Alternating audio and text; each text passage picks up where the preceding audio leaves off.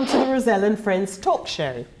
Well, there's much excitement in this quarter simply because my guest is Liz Mitchell, or now Reverend Liz Mitchell-Pemberton. That's right. Well, a legend in her own right from the world-famed group Boney M.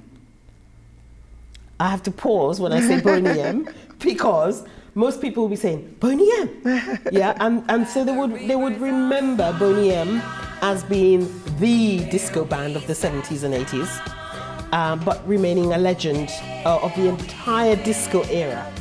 Not only in one area, but European charts throughout the UK, throughout the late 70s, irresistible to radio, the partygoers and so on. So a lot of the songs would have been household songs you know and remember even today. So with this long introduction, I'm welcoming you, Liz, to the show. Thank you so much you, Roselle. It's lovely for to coming be with you. on the show. Thank you. It's a pleasure, absolute pleasure to have you. Now, so we said Boney M. Well, I said Boney M, but you are Liz Mitchell. Boney M. Boney M. Yes. Okay, right. I'm sure as we discuss, viewers will be excited to know that you are now not just Liz Mitchell Boney M, but you are Reverend. Yes. Yes. A Reverend of 10 years standing. Yes. And celebrating so there's been 10 years now. Absolutely. So a tremendous transformation has taken place over the years, which I'm sure we'll hear about. You were born in Clarendon, Jamaica. Yes. So you came here when you were about 11. Okay, with your mom and dad. No, my parents immigrated in the early 50s. Right. So I was, I think, about maybe 3 years old when my mom and dad left me. Okay. And my brother, I had two brothers, were left with the grandparents in Jamaica. Most of us, yes. And so we lived with them up until my 11th birthday. Yes. When my father then had to do his best to catch the child rate. Because if I traveled later, after 12 years, it was going to remember. be too expensive. Yes, that's right. So most of us came round about that age. Yes, that's right. You grew up in Jamaica then. You are from a Christian family background. Absolutely. Okay. 100%. 100%, because your father was a pastor. My father was a pastor. He pastored 7 churches. Wow. In Jamaica. Okay. My grandmother was a very powerful woman of God. Right. And I grew up hearing about my mom and my aunt being these angel-like singers that traveled right across Jamaica in all the churches singing. So people were always encouraging me to sing. I didn't think I could sing at the time, actually. Well, history has proved you differently. But you know, and doesn't it prove that influence, that foundation, has a lot to do with, you know, that who you become? It is interesting because I didn't think that there was anything called show business, number one. Right. I didn't even know that I could really sing. So when I heard myself singing, it was in the school cloakroom. Okay. And the girls were singing one of the Supreme songs, and they were a little bit out of tune. Okay. So I thought I'd help. And then they weren't mean to me. After they heard me, they go, okay, you're in the group, they said. Okay. So you earned it. I was invited to join. Fantastic. So that was the beginning of something that I could never have imagined. Right. A future in show business. Yes. I was discovered by a woman by the name of June Baden-Semper. Oh, yes. And it was a young man who heard me singing to the jukebox.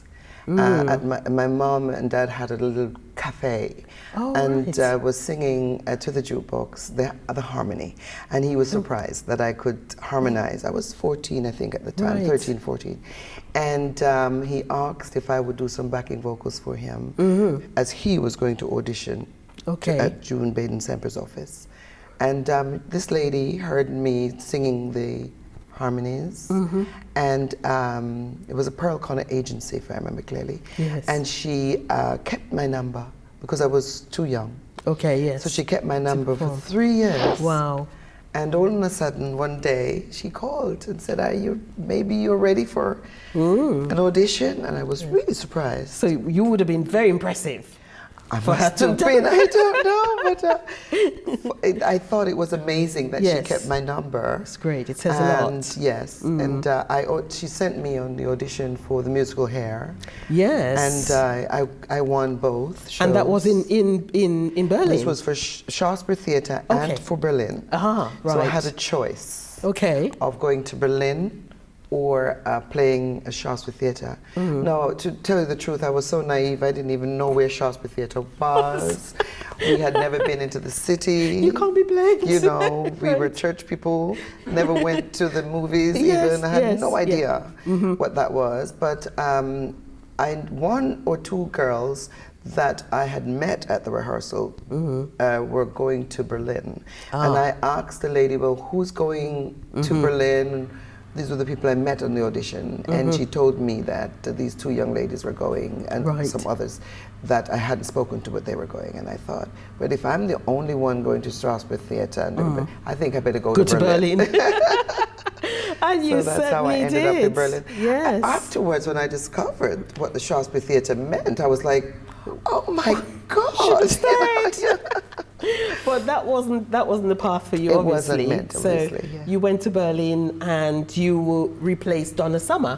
Yes, Donna Summer was playing the Donna role in Berlin. They created a new cast, and she had moved now to Munich. And this new cast that had come over with me, and there's another young lady that was had also auditioned for that particular role. But I had to learn German, and this was the beginning. I had to sing all the songs in German. In German? Yes, yes. Awesome. So my first experience on stage was singing in German. In German? Yes. Whoa, that is awesome. So, I mean, you had that, and then after that you had the Les Humphrey Singers. Yes, and you did very well there that too. That was very, very successful. I met, and again, it seemed to have been a godsend because it just, one thing moved into the next. While I was in Berlin, somebody from the Les Humphrey Singers, who was a member of the musical Hair, Malcolm was his name, came to Berlin and said to my friend Judy and I, oh, we're doing this great thing. You should come and check us out, you know? Yes. So we bought a ticket from the little monies we had and flew to Hamburg. And on that day, there was like just casual photo shoot. You know, everybody was taking pictures. And our pictures ended up on the first Les Humphrey Singers album. Okay, so you were famous before you started. Before we joined the group, I was a member of the group. So when I arrived in Hamburg in 1971, my picture was all over the records and everybody. So the news got, oh, the girls that are on the record are here. So automatically we joined. That happened. We joined with the Les Humphrey Singers, and we had, I think, 4 or 5 years of really, really top success. Gold records. Gold records. Sold around the world. That's marvelous, isn't it? And so you became a German. I came a German. Your family lived there. Your mother joined you there, did she? She didn't join me to live there. What happened was I brought my brothers and sisters over for a holiday, and then my sisters ended up staying. So I became their mom. In a way, and they went to school, and I was taking care of them. And this was a difficult. This was one of the difficult periods in my life as a young woman, because I left the Les Humphrey Singers and had financial difficulties. I tell the story of the Nigerian woman and her German husband who became a lifesaver for us. And then I decided that I should go back to school because show business had proven to be so difficult. So I came back to England, and I became a born-again Christian. Yes. This was my first personal experience with the Lord, because we all grew up in the church and we all are brought up as Christians, but everyone really have to have their own personal relationship with the Lord. So I finally had my first encounter, my first experience where I could say, Jesus is my Lord. And within a month of me having that experience, I received a phone call to go back to Germany to do 3 shows. I really did not expect it to be anything more than that. And my plans was to go back to college, and to get an education, and so that I could live. You know. And when I arrived in Germany and did these 3 shows, the last show I met the producer, Frank Farian. He came and spoke to me and offered me 1 year where he would cover all my costs for me, just to see if this would work. And within 6 months, Daddy Cool was #1 around the world. So Boney M became the successful project. Absolutely. Yes. I mean, the interesting thing about Boney M is that, you know, here was a black group from Germany, and I thought, oh, there are black people in Germany. So, you know, and then you were making, that group was making such an impact, you know, on people, not just there, because, you know, you had, of course, you dominated Europe, you know, all the countries there, you know, looking at the history that you have as a group, you know, you were big. And of course, you were the only practicing Christian or the person of faith in that group. So it must have been very difficult. When I started working in Boney M and acknowledged my faith, and I think I got on a lot of people's nerves with my Bible and with what I believed.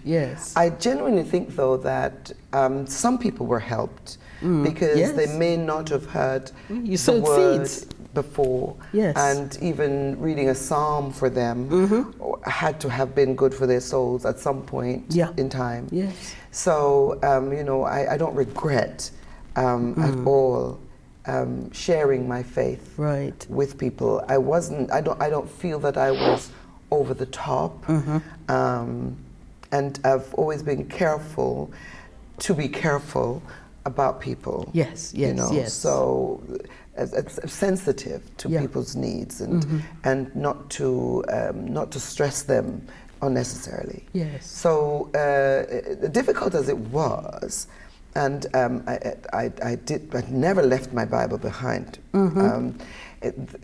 Every recording that I made for Boney M, the Bible was next to the lyrics. And I would always pray and ask God to give me a vision, to help me. And when we did the nightclubs, I had my Bible next to me. You see? And sometimes the girls would say to me, "This is not a place for the book." It was a place for the book. But it was a place. You know, I needed my word with me, and I kept the word with me, and I believe the word is what has kept me. And during the hurdle, as you would have understood, when you become a born-again Christian, it doesn't mean that all of a sudden everything is rosy. This is when it's most difficult.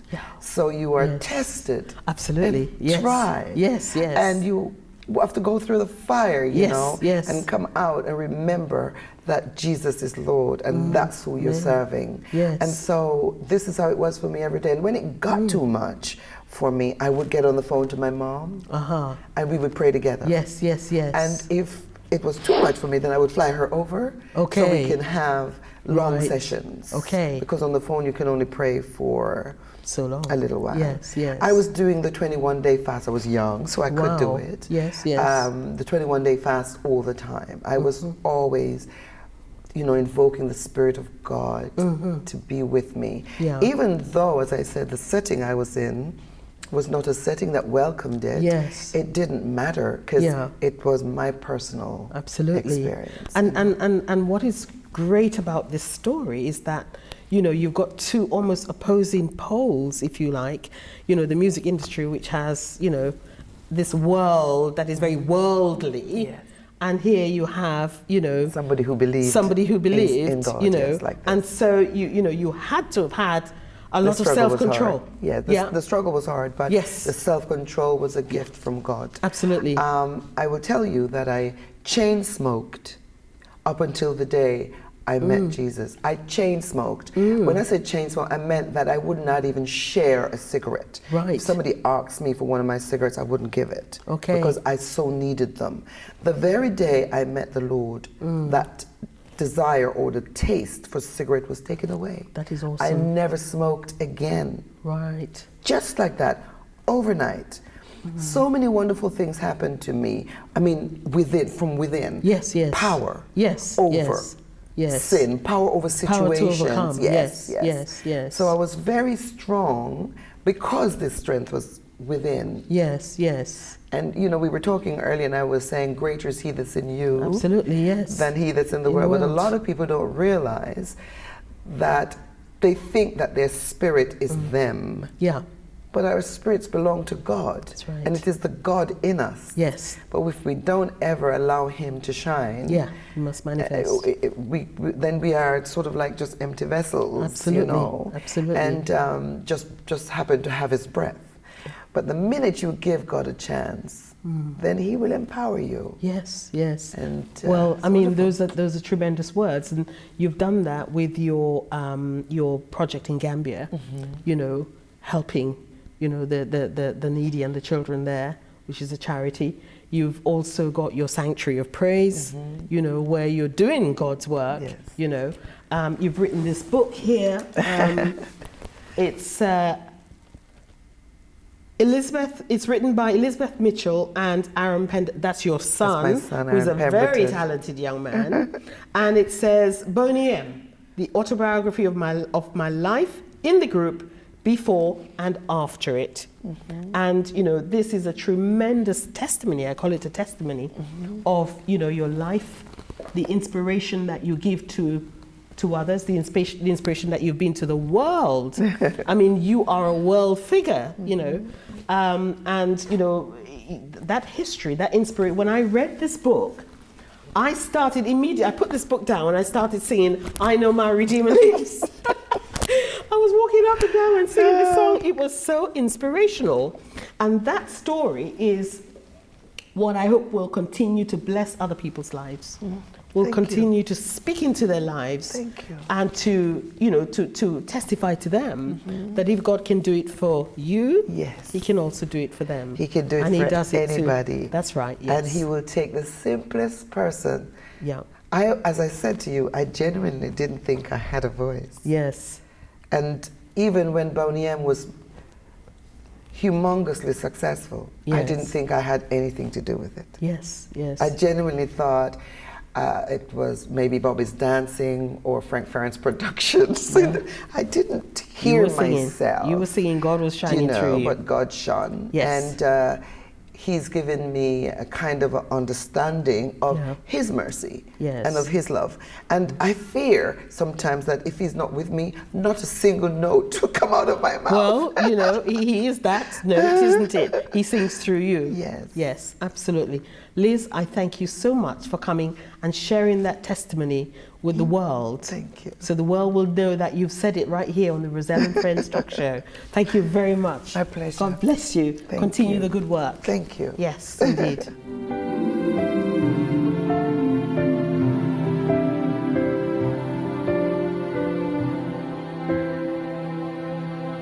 When I find myself in times of trouble, Mother Mary comes to me, speaking words of wisdom, let it be.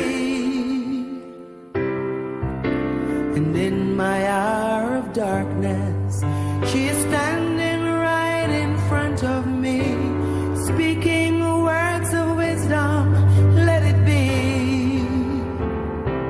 Let it be. Let it be. Let it be. Let it be. Speaking words of wisdom, let it be. And when the broken-hearted people living in a world of grief, there will be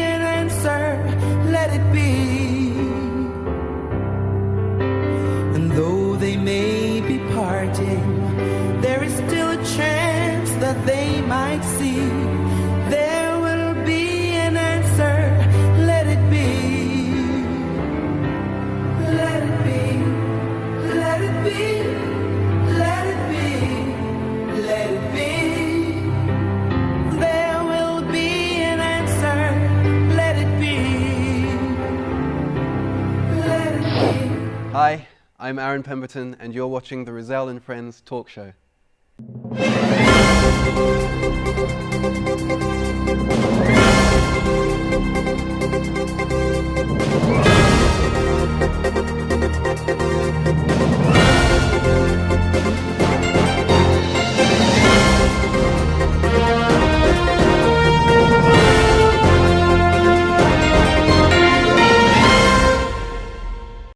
Phoenix Study Guides are a series of brilliant English books aimed at both children and adults. All books in this series are freestanding and focus on specific areas of learning, or you can work through to build excellent foundation skills for success in English. The Spelling Book.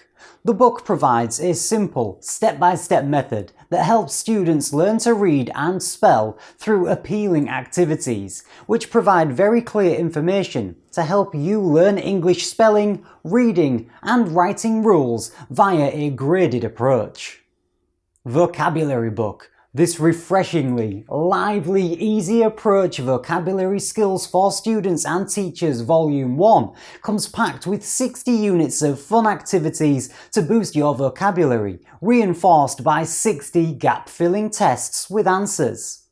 The Grammar Book is a one-stop grammar guide loaded with helpful tips, worksheets and grammatical rules with 145 tests for students of all ages. Essential for SATs, ideal for all key stages 1 to 4. Clear, concise teaching methods and easy to follow techniques. An excellent resource for mastering subject terminology in GCSE English. Get your copy today.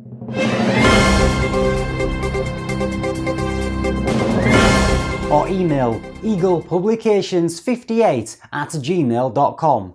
Also available on Amazon and all good booksellers.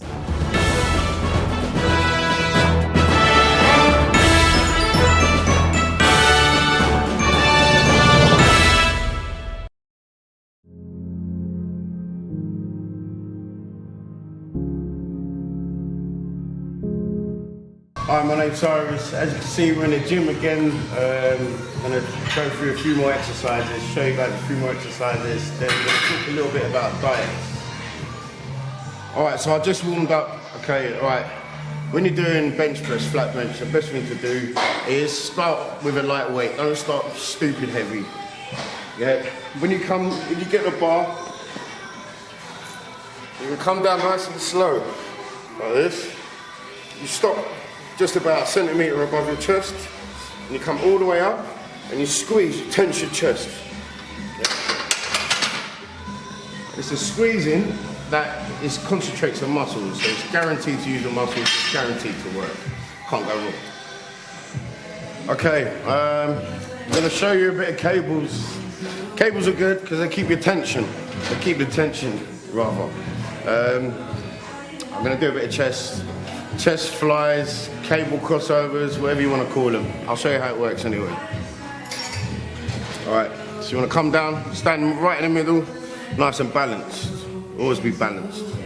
Alright, I'm going to come down like this, squeeze your chest, squeeze the muscle, and then back up. So you keep the tension. Come down, squeeze, back up.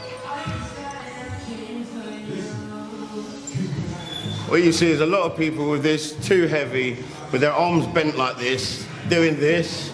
That is not right. Keep your arms just slightly bent, keep them mostly straight, and just come down and you're squeezing your chest. It's a chest exercise, not a front shoulder exercise.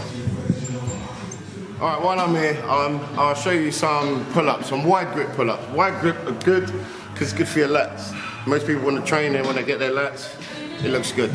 All right, this is how I'm going to show you some. Nice and wide. You pull up, Back down.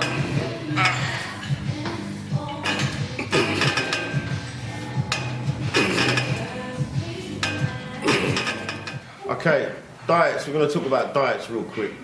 People always ask me, how do I lose fat? How do I get rid of the belly? Number one thing I say to them is go to the gym. But anyway, apart from that, best thing to do if you want to lose fat is to keep the gaps in between your meals really small. So you eat every 2.5, 3 hours, 4 hours. If you take longer than 3-4 hours in between your meals, you're going to encourage your body to store fat. You're going to make your body catabolic. So it's going to hold on to every bit of food it gets and it's going to store it all as fat. So the best thing to do is wake up early in the morning. You have your porridge. I have porridge every morning. Have your porridge and make sure 2.5 hours later you eat something like a sandwich or an apple or yogurt, anything. Just keep eating all the way through the day, small and often. That's to keep the fat down. And go to the gym, burn calories like mad. Go all out in the gym, do as much as you can. Don't worry about all this overtraining stuff. Just train. When you're tired, you're gonna stop. Yeah. But the main thing is your diet is the most important thing. So you just got to eat regularly. Eat as healthy as you can. Eat as clean as you can. I don't eat clean all the time. Sometimes I do, but I burn it off, so it doesn't matter. Just eat. The main thing is just eating. Don't leave no gaps in between your meals. That's the most important thing. All right, guys, thanks for watching my little workout. My name's Cyrus. Thanks for watching the Roselle Friends Talk Show. Keep watching, and I'll see you guys next time.